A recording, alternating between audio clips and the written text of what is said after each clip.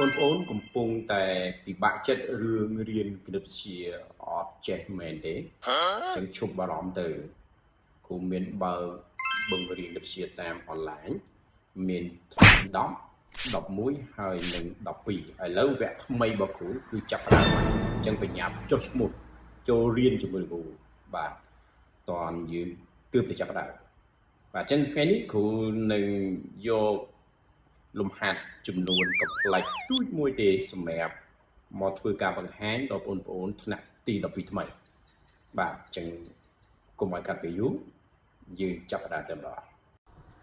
បាទអញ្ចឹងយើងបន្តធ្វើកំណែលំហាត់មេរៀនចំនួនកំប្លែកតទៀតដែលលំហាត់ទី1នៅពេលនេះគ្រូលើកយកលំហាត់គោបាទយកលំហាត់គោគឺយើងមើលទៅលើសំណួរគេសិនសំណួររបស់គេឲ្យយើងសរសេរចំនួនកំប្លែកខាងក្រោមហ្នឹងកខគខងចហ្នឹងឲ្យទៅជាទម្រង់បេក្ខនិតហើយយើងដឹងហើយទម្រង់បេក្ខនិតគឺទម្រង់ដែលមានរាង a បូក be ដែល a គេហៅថាផ្នែកពិត b គេហៅផ្នែកនិមិត្តហើយ e គេហៅថាឯកតានិមិត្តបាទអញ្ចឹងខ្ញុំលើកយកលំហាត់គោគឺកន្សោមរបស់យើងគឺ1បូក 3e ហើយមកលើកជាការ៉េអញ្ចឹងអ្នកនរគ្នាដឹងហើយថាការពន្លាតកន្សោមចំនួនកំប្លែកយើងនៅពេលនេះគឺយើងពឹងទៅលើការ៉េទ្វេធាបាទយើងពឹងទៅលើការ៉េទ្វេធាគឺ a បូក b លើកជាការ៉េដែលការ៉េទ្វេធាពេលដែលពន្លាតទៅវាមានដល់3តួ a ការ៉េបូក2ដង ab បូក b ការ៉េចុះតួ a យកណាអានេះមិនមែន a ផ្នែកពិត b ផ្នែកនិមិត្តទេណាអានេះគឺ a នៅពេលនេះគឺ a ជាតួរបស់ការ៉េទ្វេធាហើយ b យើងគឺតួទី2យើងគឺ 3e ឥឡូវពលាតណាពលាតណា a ការ៉េបាទ a ការ៉េអញ្ចឹង a ការ៉េបានន័យថាយើងយក1នឹងការ៉េអាហ្នឹងគេហៅ a ការ៉េដែរណាបូក2ដង ab អញ្ចឹង2ហ្នឹងគុណ1 1ព្រោះ a យើងស្មើ1ដល់ពេល b យើងគឺ 3e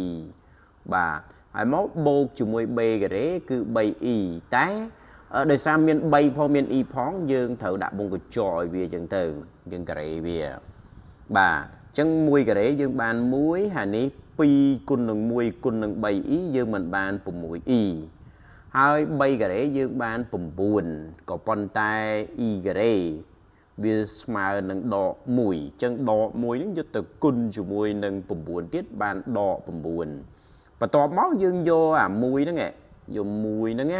យកទៅស៊ីសងជាមួយនឹង9ណាដោយសារវាអត់ជាប់ e ដូចគ្នាអញ្ចឹងយើងយកសញ្ញាតាមលេខធំយើងបានដក8ហើយមកបូក 6e បាទអញ្ចឹងវាចូលរៀង a បូក be ហើយអាហ្នឹងហើយជាចម្លើយរបស់វាតោះណាបាទអាហ្នឹងចំពោះ a បូក b លើកជាការ៉េយើងពលាតវាអញ្ចឹងទៅយើងបានរៀង a បូក be មកបាទអូខេអញ្ចឹងយើងនៅមានសំណួរយើងច្រើនទៅទៀតហើយគ្រាន់តែជាការផ្ដើមនៃលំហាត់ទូចមួយទេខ្លីមួយគ្រូជឿជាក់ថាអ្នកនរគ្នាក៏ចេះធ្វើដែរបាទវាអត់បញ្ហាទេកន្សោមកំភ្លេចកន្សោមពេជ្រគណិតនេះអត់បញ្ហាទេបាទហើយ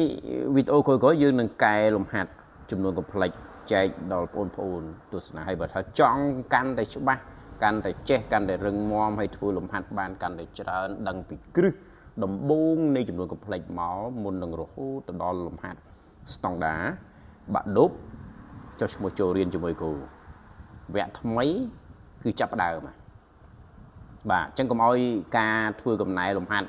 នឹងវាចូលជ្រៅពេកក៏លោកប្អូនចូលរៀនក្រោយទៅវាអត់តាន់បញ្ញាប់ចុះឈ្មោះឥឡូវបញ្ញាប់ចុះឈ្មោះឥឡូវមកបាទណា10 11 12បាទអញ្ចឹងជួយ share វីដេអូនេះផងហើយ follow page របស់គ្រូផងបាទជួបគ្រូនៅវីដេអូក្រោយ